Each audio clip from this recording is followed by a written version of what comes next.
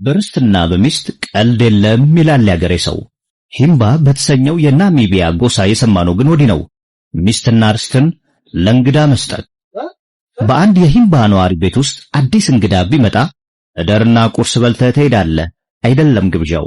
እንግዳው ይደር እንጂ አባወራው የሚሰጠው ሚስቱን ነው። ሂምባ በሰሜናዊ ናሚቢያ ከበረሃ ጋር ተላምዶ የሚኖር ጎሳ ነው። የዚህ ጎሳ ነዋሪዎች ብዛት 50 ሺህ ገደማ ይደርሳል። ጎሳው በሚኖርበት አሸዋማ ስፍራ ዝናብ ለዓመታት ላይ ዘንብ ይችላል። በዚህ ምክንያት ሰውነትን መታጠብ የተለመደ አይደለም። የሂምባ ሴቶች ግን ከውሃ የራቀ ሰውነታቸውን በየዕለቱ ከተለያዩ መልካም መዓዛ ካላቸው ተክሎች ስራስሮችን በመውሰድ በጭስ በመታጠን ንጽህናቸውን ይጠብቃሉ።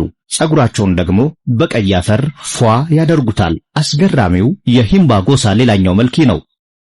ምናልባት አንድ ወንድ ጎብኚ ወደዚህ ጎሳ በእንግድነት ቢያቀና የቤቱ አባወራ አልጋውን ይለቅና እንግዳውን ከሚስቱ ጋር እንዲያደር ይጋብዘዋል። በቤቱ ሌላ መኝታ ከሌለም ቤቱንም ሚስቱንም ለእንግዳው ትቶለት በሉ ሰላም እደሩ ብሎ ከደጅ ያድራል።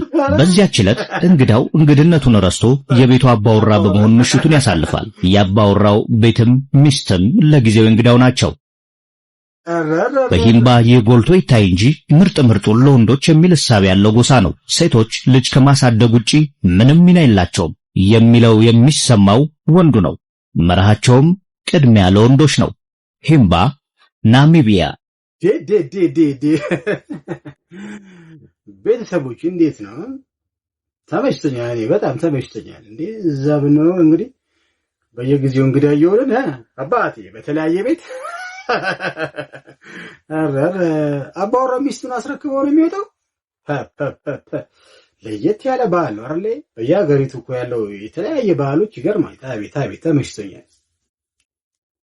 እናንተስ ምን ትላላችሁ? እስቲ ሐሳባችሁን ቁጭ አድርጉልኝ። ይመቻችሁ። እኔ ግን ተመችቶኛል።